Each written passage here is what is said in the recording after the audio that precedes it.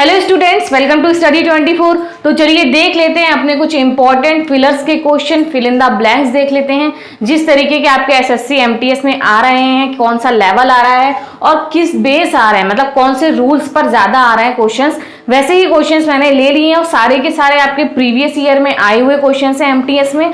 बस लेवल के अकॉर्डिंग वहां से पिक कर लिए हैं सब में से, ठीक है, जिस तरीके का आपका लेवल आ रहा है। तो अच्छे सारे इंपॉर्टेंट क्वेश्चंस हैं, पूरी वीडियो एंड तक देखिएगा, इंपॉर्टेंट रूल्स पर हैं। तो बिल्कुल भी आधी वीडियो मत छोड़ के जाइएगा वरना आपका एक नंबर चला जाएगा। तो पूरी वीडियो देखिए। आपके सारे नंबर, कितने क्वेश्चंस हैं मेरे? 7 नंबर, 7 क्वेश्चंस हैं, तो 7 नंबर आपके पक्के हो जाएंगे। अगर इनमें से कोई क्वेश्चन आया तो कोई भी आपका नहीं छूटने वाला है, ठीक है। तो चलिए देख लेते हैं। फर्स्ट क्वेश्चन हमारा क्या है फिलर का, कि neither Om nor Ram dash done the mistake. कि भाई नीदर नॉर का मतलब क्या होता है कि ना तो ओम और ना ही राम, ठीक है, ना तो ओम और ना ही राम क्या कर रहे हैं, डन द मिस्टेक, गलती करी है। ना तो ओम ने और ना ही राम ने गलती करी है। तो यहां पर बता दीजिए कि ये जो फिलर है इसमें इज आना चाहिए, हैड आना चाहिए, आर आना चाहिए या फिर हैव आएगा। कौन सा ऑप्शन, कौन सी वर्ब आपकी यहाँ पर एकदम रेलेवेंट है, सूटेबल आएगी, ठीक है।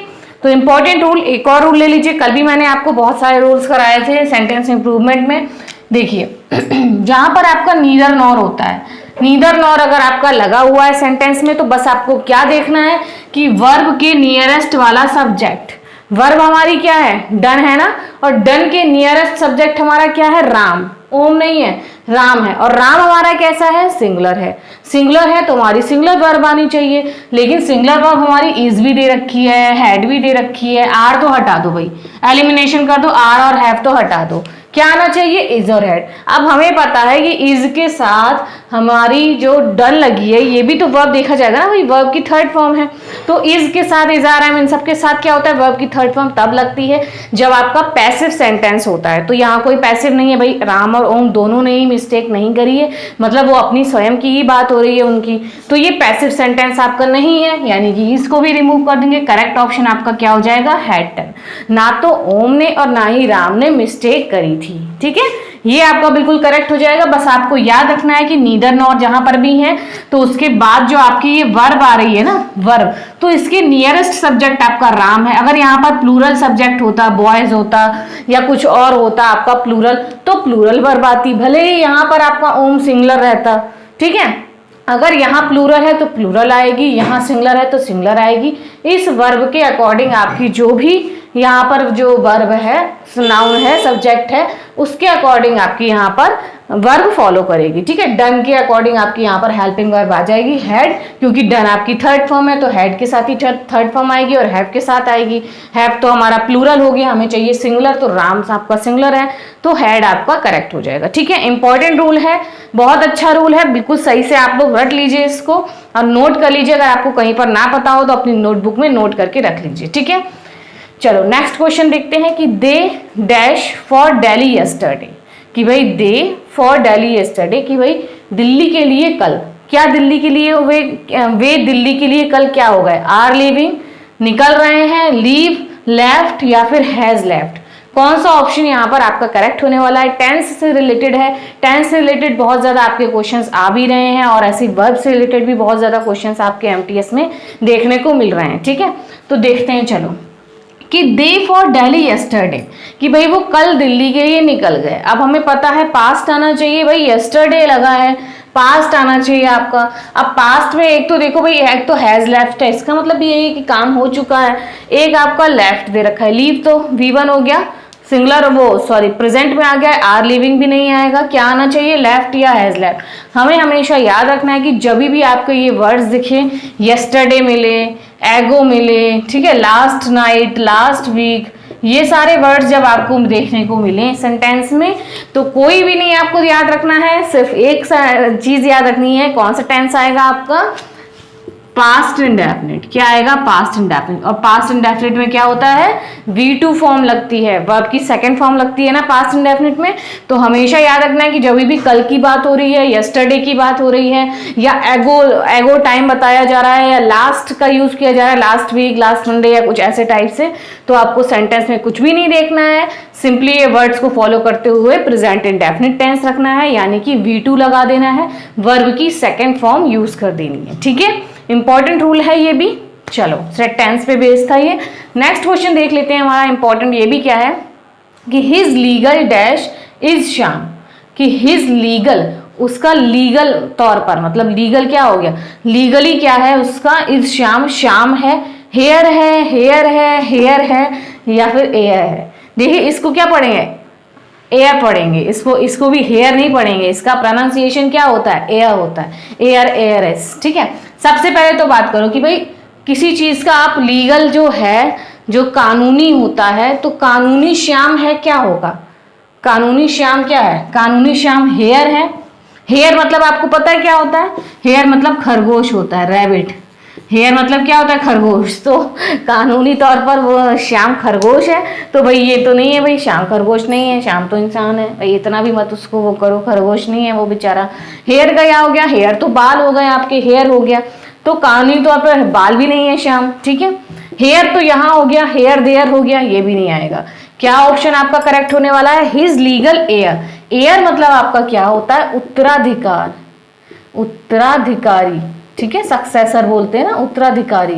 उत्तराधिकारी जो होता है उसको एयर बोलते हैं। और ये एयर क्या होता है, ये आपका होता है मेल वाला। अगर कोई मेल उत्तराधिकार है, उत्तराधिकारी है तो एयर होता है, वरना एयरएस होता है, ESS लग जाएगा, एयरएस। और इसका प्रोनाउंसिएशन हेयर नहीं होगा, क्या होगा, एयर, एयर। ठीक है, एयर होगा। ठीक है, तो बहुत इंपॉर्टेंट है। वोकैब पे आया है, देखिए वोकैब से भी डायरेक्ट आ रहे हैं। वोकैब भी ऐसे नहीं है कि बहुत ज्यादा टफ है, इजी टू मॉडरेट आपका लेवल भी आ रहा है क्वेश्चंस का आपके MTS में। और ये भी देखिए इजी टू मॉडरेट ही मैं क्वेश्चंस लेके आई हूँ, इजी ही कहिए, इजी ज्यादा क्वेश्चंस आपके आ रहे हैं। छोटी सी वोकैब पे आपका क्वेश्चन था ये कि भाई हेयर का क्या मीनिंग है, आपको नहीं पता है तो अब अटक जाएंगे। और अगर आपको नहीं पता है तो एलिमिनेशन मेथड किया करिए। कभी क्वेश्चंस में जैसे वोकैब नहीं पता है या कुछ नहीं पता है तो हमेशा ऑप्शंस वाले ये जो है ना, इनको क्या है हम लोग एलिमिनेशन से करते हैं। जैसे कि हमें पता है भाई हेयर मतलब तो यहाँ होगा, तो भाई लीगल कानूनी तौर पे यहाँ तो शाम नहीं है, यह शाम है, यहाँ श्याम है, ये इसका क्या मतलब हुआ, हेयर हटा देंगे।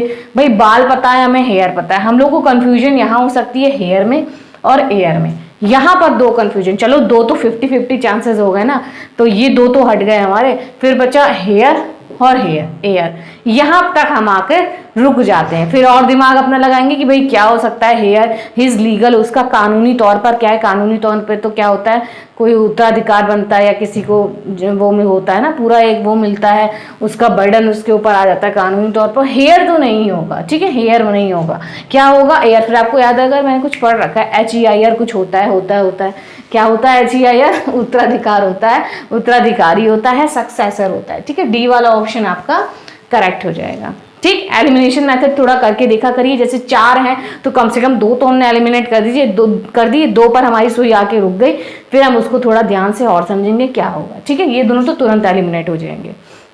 चलो नेक्स्ट देख लेते हैं कि the planets are dash around the sun, कि जो प्लैनेट्स हैं, जो भी आपके ग्रह हैं, वो सन के चारों तरफ क्या करते हैं, अराउंड द सन, सन के चारों ओर क्या करते हैं, रिवॉल्विंग, रोटेटिंग, राउंडिंग या फिर सर्कलिंग। कि भाई उसके सन के चारों ओर, सूरज के चारों ओर जो ग्रह हैं, वो ग्रह सूरज के चारों तरफ क्या करते हैं, उसके चक्कर लगाते हैं, यही तो करते हैं, पूरे ऐसे राउंड राउंड करते हैं, पूरा गोल गोल घूमते हैं, वही हो गया ना। तो अब राउंड राउंड करते हैं तो इसका मतलब ये नहीं है कि राउंडिंग आपका ऑप्शन करेक्ट हो जाएगा। आपको याद रखना है जब भी ग्रह या कोई एक पर्टिकुलर ऑब्जेक्ट है, जब वो किसी, जैसे कि ये है मार्कर और ये क्या है, डस्टर है, तो ये जब इसके चारों ओर ऐसे राउंड राउंड करेगा ना, मतलब परिक्रमा करेगा, घेरे में चक्कर लगाएगा, तो ये क्या करेगा, ये इसके चारों तरफ घूम रहा है, क्या कर रहा है, रिवॉल्व हो रहा है, रिवॉल्विंग हो रहा है। ग्रह जब किसी दूसरे, कोई ऑब्जेक्ट दूसरे ऑब्जेक्ट के चारों तरफ आपका घूमेगा, घेरे में घूम रहा है, तो उसको हम लोग क्या बोलते हैं, उसको हम लोग रिवॉल्विंग बोलते हैं। रिवॉल्विंग आपका करेक्ट हो जाएगा, चारों तरफ घूमना, रिवॉल्विंग। और अगर रोटेटिंग की बात करें तो रोटेटिंग क्या होता है, रोटेट होता है कि जैसे कि ये तो दूसरा ऑब्जेक्ट हो गया, इसके चारों तरफ घूमना और रिवॉल्विंग हो गया। और अगर ये मार्कर अपने ऐसे घूम रहा है, अपनी जगह पे घूम रहा है, जैसे पृथ्वी रोटेट करती है अपनी अक्ष पर, एक्सेस पर, ठीक है, तो ये ऐसे ऐसे घूम रहा है अगर, तो ये क्या कर रहा है, ये अपनी जगह पर रोटेट हो रहा है, रोटेशन हो रहा है, इसका घूमे जा रहा है, तो वो रोटेशन हो गया। राउंडिंग में क्या होता है, सिंपल राउंडिंग बोलते नहीं भाई, घेरा बना लो, घेरे में घूमो चारों लोग, ऐसे फ्रेंड सर्कल वगैरह, हम लोग क्या गेम नहीं खेलते थे, ऐसे हाथ पकड़ के घूम रहे हैं, राउंडिंग राउंडिंग कर रहे हैं, सर्कलिंग कर रहे हैं, तो वो आपका सर्कलिंग राउंडिंग हो गया। लेकिन अगर आप किसी पर्टिकुलर ऑब्जेक्ट की चारों तरफ कोई चीज घूम रही है तो वो रिवॉल्विंग कहलाती है, और रोटेटिंग होती है जब वो अपनी ही जगह पर घूम रही होती है। ठीक है, तो आई होप आपको इनमें कंफ्यूजन दूर हो गया होगा कि रिवॉल्विंग और रोटेटिंग में क्या डिफरेंस होता है। राउंडिंग और सर्कलिंग तो समझ में आता है कि भाई राउंड करना, घेरा बना के घूमना, सर्कलिंग भी वही सर्कल में घूमना। ठीक है, लेकिन किसी ऑब्जेक्ट के चारों तरफ घूमना रिवॉल्विंग, और अपनी जगह पर घूमना रोटेटिंग होता है। ठीक है, इंपॉर्टेंट रूल है, मतलब इंपॉर्टेंट वोकैब आपकी नोट कर लीजिए, आती रहती है ये, बहुत ज्यादा क्वेश्चन आपका आया भी हुआ है, एमटीएस में ही आया था, वहां से प्रैक्टिस सेट से मैंने ये ले लिया है। ठीक है, नेक्स्ट क्वेश्चन देखते हैं कि Kundan distributed chocolates his students on children's day, कि भाई चिल्ड्रंस डे पर क्या है, कुंदन ने चॉकलेट्स डिस्ट्रीब्यूट करी, मतलब उसने बांटी चॉकलेट कुंदन ने। ठीक है, चिल्ड्रंस डे पर। अब क्या हमें यहाँ पर भरना है, हमें पता है कि चॉकलेट है वो बट रही है, लड्डू आएगा तो सब में बटेगा, तो सब में बट रहा है, बहुत सारे स्टूडेंट्स हैं, ना एक ना दो, और बिटवीन हमें पता है कि दो में जब दो लोगों में जब कोई चीज बटती है तो बिटवीन का यूज करते हैं। फ्रॉम क्या हो गया, फ्रॉम तो एक पर्टिकुलर मतलब ये होता है ना कि फ्रॉम दिल्ली टू, हम कहीं जा रहे हैं, फ्रॉम दिल्ली टू मेरठ जा रहे हैं, घूमने जा रहे हैं, तो मतलब क्या हो गया, मतलब एक स्थान से दूसरे स्थान पर फ्रॉम जा रहे हैं, से का सेंस आता है ना, तो चॉकलेट स्टूडेंट से बटी, तो ये भी आपका नहीं होगा। चॉकलेट्स स्टूडेंट के बटी ऑफ के, ये भी नहीं होगा, क्या होगा, एमंग, एमंग करेक्ट हो जाएगा। कि भाई जब बहुत कोई चीज़ जो है, जैसे मम्मी ने अच्छी सी चीज़ स्वीट बनाई है, कोई हलवा बनाया है, और फिर क्या बांट दिया है, सब बच्चों में बांट दिया है, आपके सारे भाई बहनों में बांट दिया है, आप 3 भाई बहन हैं तो तीनों में बांट दिया है, तो एमंग आ जाएगा। क्या आ जाएगा, एमंग। अगर 2 है तो बिटवीन आता है, 2 चीज़ों में अगर बट रहा है तो बिटवीन, 2 से ज्यादा तो एमंग। ठीक है, ये तो आपको पता ही होगा, इंपॉर्टेंट रूल है, और अभी जो एमटीएस के एग्जाम आपके चल रहे हैं उसमें एमंग और बिटवीन पे आपका आया भी हुआ है ये फिलर वाला। ठीक है, चलो नेक्स्ट देखते हैं कि Radha is intelligent then Meera, कि भाई राधा जो है वो मीरा से इंटेलिजेंट है। ठीक है, क्या बात हो रही है कि राधा मीरा से इंटेलिजेंट है, यानी कि राधा और मीरा में क्या हो रहा है, कंपैरिजन चल रहा है, तुलना चल रही है। भाई क्लास में राधा और मीरा हैं, तो उन दोनों टॉपर है समझिए, लेकिन दोनों में जो है राधा वो मीरा से इंटेलिजेंट है, कंपैरिजन चल रहा है। ठीक है, तो वैसे भी आपको याद रखना है, जब भी देन लगा है यानी वो क्या होगा, कंपैरिजन हो रहा है, देन लगता है, और देन लगता है तो हम लोग क्या यूज करते हैं, कंपैरेटिव डिग्री। ठीक है, कंपैरेटिव डिग्री, कंपैरिजन के लिए क्या आता है, कंपैरेटिव डिग्री। तो कंपैरेटिव डिग्री आपकी यहाँ पर क्या है, देखो मोस्ट तो नहीं आएगा, सुपरलेटिव डिग्री नहीं आएगी, मोर आएगा। क्या आ जाएगा, मोर। मोर आपका है कंपैरेटिव डिग्री, क्योंकि कंपैरेटिव डिग्री लगती है जब 2 में कंपैरिजन होता है, और यहाँ पर कंपैरिजन हो रहा है, देन भी लगा है, यानी मोर आपका करेक्ट हो जाएगा, डी वाला ऑप्शन। मेयर क्या होता है, मेयर, मेयर है और एमईआरई है, एमईआरई। तो देखो ये मेयर का मतलब होता है कि कोई एकमात्र चीज है, कोई एकदम ओनली चीज है, वन चीज है, कि भाई इसके जैसा कोई नहीं है, ये स्पेसिफिक है, जो इसमें क्वालिटीज हैं वो यही है। तो एकमात्र कोई चीज होती है तो वो मेयर, मेयर कहलाती है, मेयर। ठीक है, ये वाला जो मेयर है इसका मतलब क्या होता है, ये मेयर आपका होता है कि जो हॉर्स होता है ना उसका फीमेल हॉर्स, घोड़ी, घोड़ा घोड़ी होता है ना, तो घोड़ी होता है ये मेयर। मेयर्स नेस्ट मैंने ईडीएम कराया भी था। मेयर्स नेस्ट क्या होता है भाई, जैसे मैंने कराया नहीं था इसको आपको, आप शॉर्ट्स देखा करिए, शॉर्ट्स में मैंने बहुत सारी वोकैब भी करा रखी है, शॉर्ट्स में मैंने ये कराया है। मेयर्स नेस्ट मतलब घोड़ी का घोंसला, यानी कि जो चीज़ कभी भी नहीं होने वाली है। घोड़ी का घोंसला कभी आपने देखा है कि घोड़े घोंसला बनाते हैं, तो उनका घोंसला कभी भी नहीं बनने वाला है, और ना ही वो चीज़ कभी नेवर हैपन होने वाली है। तो जो चीज़ कभी भी ना हो तो वो मेयर्स नेस्ट कहलाती है, कि मेयर का घोंसला कभी भी नहीं होगा। ऐसे ही क्या होगा कि वो चीज़ कभी भी नहीं होने वाली है। ठीक है, नेवर हैपेंड हो जाएगा। तो मेयर मतलब क्या हो गया, एमएआरई, मेयर का मतलब होता है फीमेल हॉर्स। ठीक है, घोड़ी।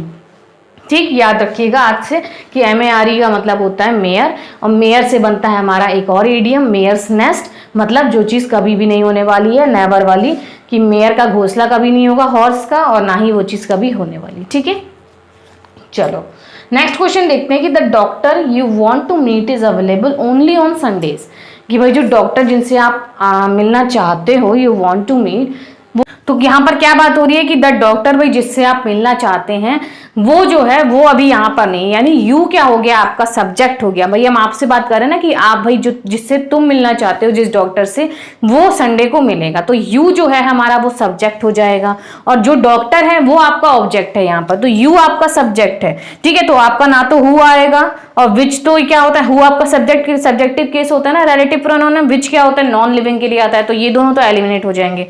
बचा आपका हुम और हुज। तो एक रूल बहुत इंपॉर्टेंट याद रखिएगा कि हुम और हुज जो होते हैं वो अपने साथ क्या लेते हैं, इनके बाद हमेशा आपका क्या आता है, सब्जेक्ट आता है, फिर वर्ब आती है। हुम और हुज जो होते हैं उनके बाद डायरेक्ट आपका सब्जेक्ट आता है। ठीक है, और यहाँ पर आपका देखो सब्जेक्ट दे रखा है, यहाँ से आपको हिंट लग गई होगी क्या आपका क्वेश्चन आंसर आने वाला है, हुम और हुज में से आएगा और उसके बाद आपकी वर्ब है। तो हु और विच तो वैसे भी नहीं आएंगे, अगर हु होता तो हु के बाद डायरेक्ट आपका वांट आ जाता है, हु वांट। ठीक है, हु वांट होता है ना डायरेक्ट, क्योंकि ये खुद ही सब्जेक्ट होता है, इनके बाद हमें सब्जेक्ट की जरूरत नहीं है, हमें डायरेक्ट वर्ब चाहिए होते हैं।